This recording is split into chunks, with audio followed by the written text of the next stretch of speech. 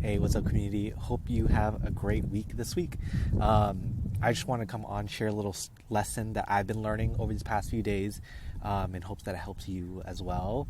So, if you're ever finding yourself having a lot of friction in your business and in your studio, like you're finding it, you know you can make the time to do like content creation, but for some reason it's not like you're not coming to the table and actually writing it. It could be booking in calls and you're finding a lot of resistance doing that as well. Or maybe the way that you're serving students, you're finding a lot of resistance with any of those parts.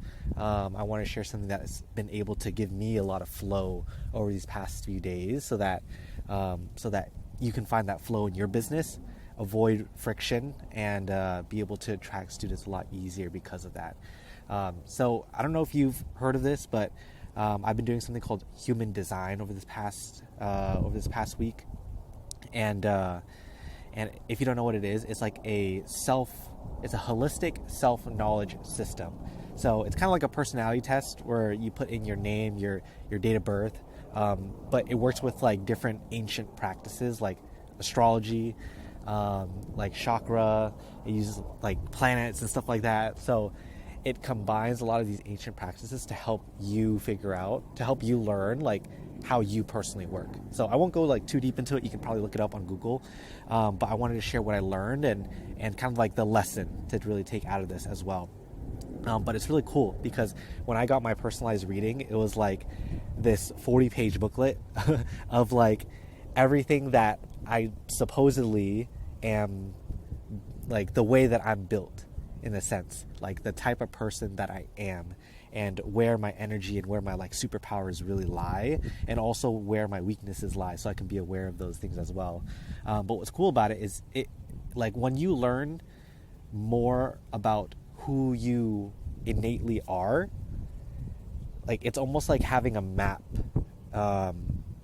And I'm thinking about my past experiences and where I've really accomplished and where I've really failed, and what it just does, it helps it make sense for me, because a lot of things I was reading about myself, or what it says that I am about myself, they really stood out to me as things that like really resonated with me. For example, like the type that I am, like I'm a manifesting generator, and what that meant was that like that I'm someone who's very fast-paced and someone who is multifaceted. That's why like I align so much with not just identifying as a music teacher or a business coach, but also like a music producer and DJ. Like I'm multi-passionate, and that's why I've always just leaned towards having this message of like, you can be multi-passionate. You can be able to have a life where you can balance your teaching and your performing.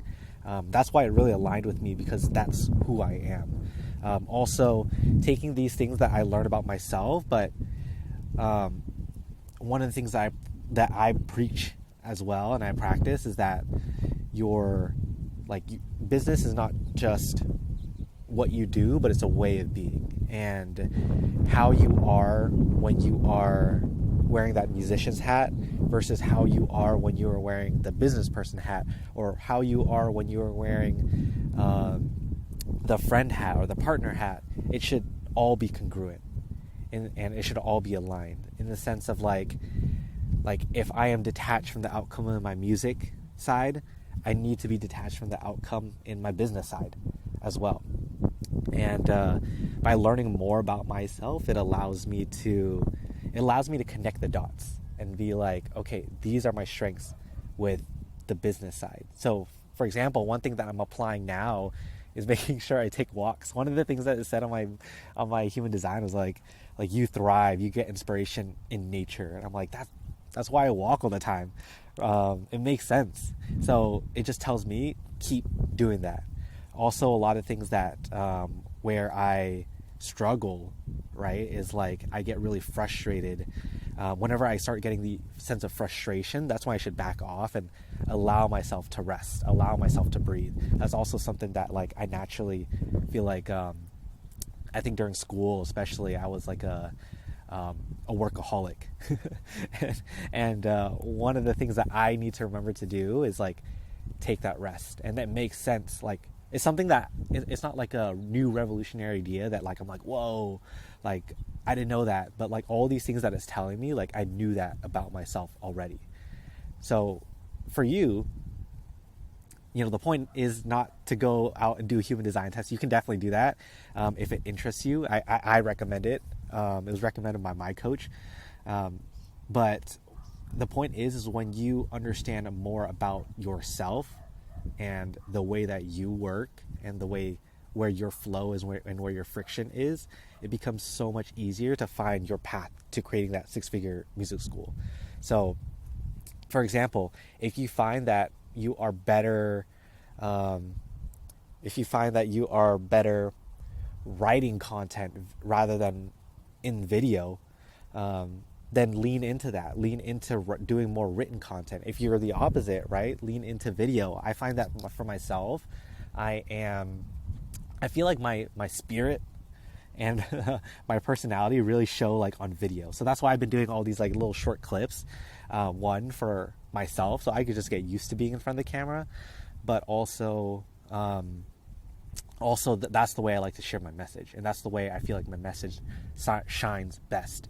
So that's why I've been putting so much time and effort into the YouTube, just being able to show up consistently for my community there. So figure out that, like, think about the different hats that you have to put on, and what part about the process do you really find flow in. And the way that I've interpreted it is not like you're obviously, what the things that you have to do, right, and that you need to do to keep things moving forward, but you could do it in different ways. Like, of course, the hybrid model, right?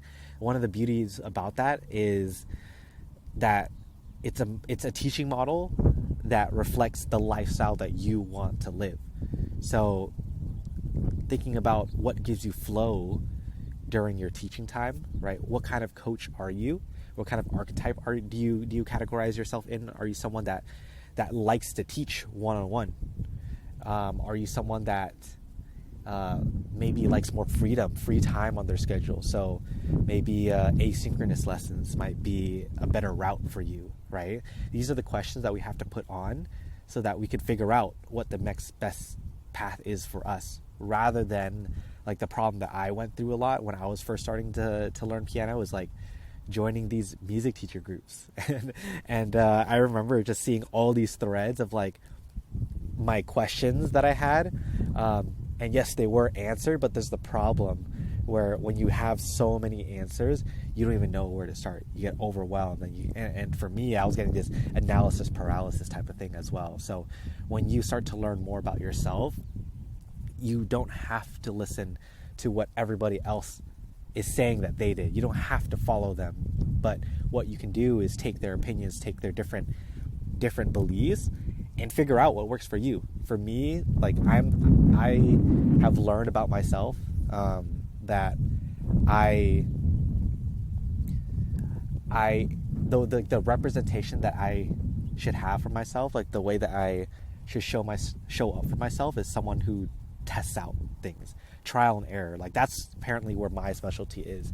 And I look back on it and it makes sense, because I was the type of person that is always like dove headfirst into things and just tried it out. I learned through experience.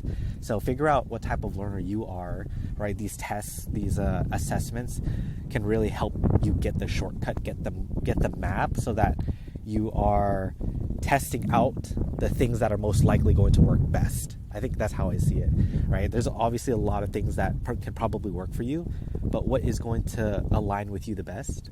If you have an answer for that, it becomes easier, because then you could just be like, okay, I'm going to test that out first, and most likely it's going to be the thing that works as well. But you don't need any of that, right? The way that you figure out that flow is going to be up to you. But the way that I know that I've figured it out is trying different things. So don't be afraid to try new things. Don't be afraid to test out something that you might mess up on, like a new group lesson program, right? A new online course that you're launching. Whatever that is, like the ones that I know that the teachers that are most successful with it are the ones that are the most courageous with it. The ones that jump into it, head first, not being afraid to make mistakes, giving themselves compassion when they do. It's all about that. So let me know if you have any other questions. I'd love to hear your biggest takeaways as well. And if you do take the human design test, I'd love to know what type that you are. I've been really interested in it because when you start to learn other people's types, you start to really understand like what type of person and learner and teacher that they are, right? So it's like when I like if you're my client and you're watching this and you take that test, let me know so that I know how to coach you. I know what like where your strengths are. So feel free to do that with your students as well. Learn what types of learners your students are, what type of people they are, so that you can tailor your coaching towards that as well. So hope you have a great week, and would love to hear any questions, any takeaways that you got from this.